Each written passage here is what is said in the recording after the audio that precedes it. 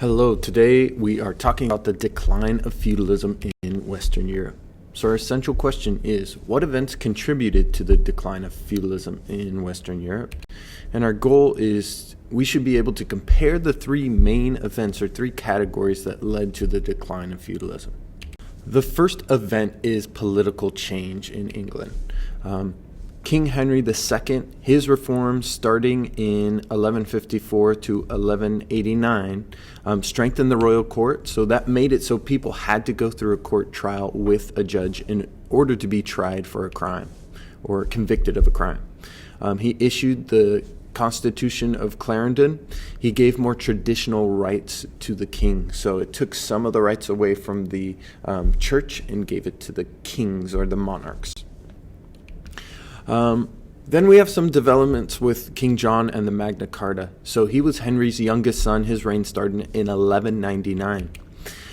He had conflicts with the Catholic Church. He overtaxed barons or nobles and arrested his opponents. So he wasn't a very popular king.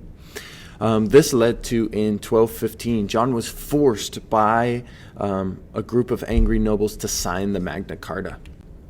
So the Magna Carta is an agreement between nobles and the monarchs, and this agreement helped to develop common law and traditional rights of nobles and the church. So common law is just the law that has been developed, the precedent that has been set throughout time, and is kind of actively used. They also created habeas corpus, which protected nobles against unjust imprisonment.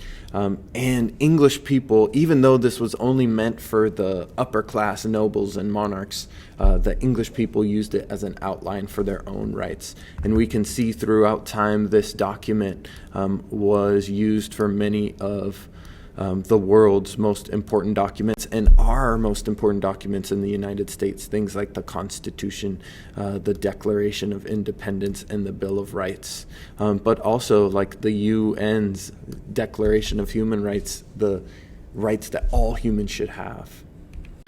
So lastly, we have King Edward and Model Parliament. So this is the last kind of step of this political change.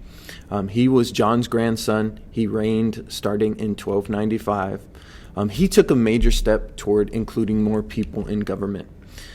He called together what was known as a model parliament, and in this model parliament, he included commoners, low-level clergymen, as well as high-ranking church officials and nobles in the decision-making process of the laws and rules of the kingdom. So you can see with all three of these major kings and major political developments, we see that commoners, the common people, have more of a say in government, and they have more protected rights. Rights against undue imprisonment, rights to make decisions for themselves and for the government. The second event that leads to the decline of feudalism is the Black Death. The Black Death was carried from fleas onto rodents. Some of the unsanitary living conditions contributed to the spread of the disease. So the fleas from the rodents were getting into houses, these tightly packed houses with multi-generational families in them, and it spread. Some of the symptoms are a fever, vomiting, fierce cough and sneezing, and egg-sized swelling or bumps called buboes. The bubonic plague had a huge impact in the world. China's population was estimated to be reduced by half from 1200 to 1393. Also, historians estimate 24 million Europeans died of the plague. That's a third of Europe's population. This sped up social changes and economic changes. So feudal lords no longer held most of the power because the power shifted from nobles to common people. And there were three main reasons for that.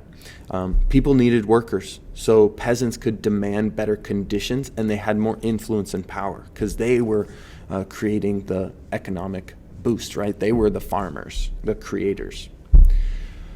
Peasants and serfs also abandoned manors, so they left nobles to fend for themselves. And then lastly, they held peasant revolts. So in France, Flanders, England, Germany, Spain, and Italy, they rose up against their supposedly more powerful masters. The last event that led to the decline of feudalism is the Hundred Years' War. So first the war started in 1337. It was between the English and the French, and during the start of the war, English had many successes. So England won many of the early battles, including the Battle of Crécy. Heavily armored French troops were pitted against lightly armored English troops, and England early in the war was recruiting commoners to join the battle. So later on in the Hundred Years' War, the French are able to fight back. So in 1450, English King Henry invades France after a truce. So they actually come to a point where there's a stalemate and no one can get the upper hand.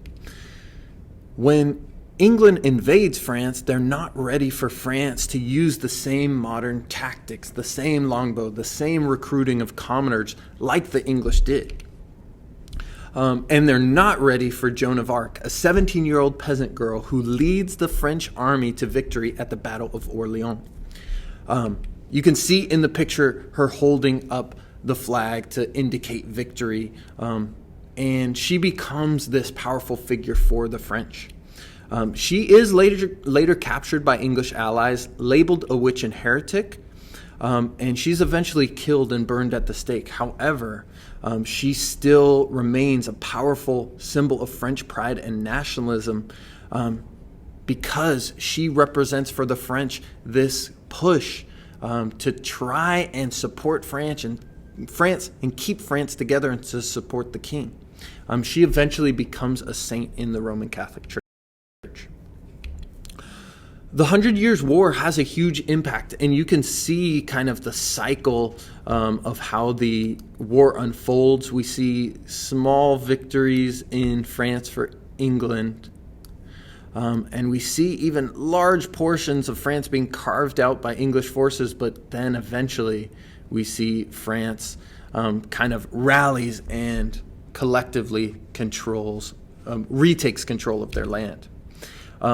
This war creates a shift in power from feudal lords to monarchs and common people. So that triangle becomes kind of a two social class system, monarchs and common people.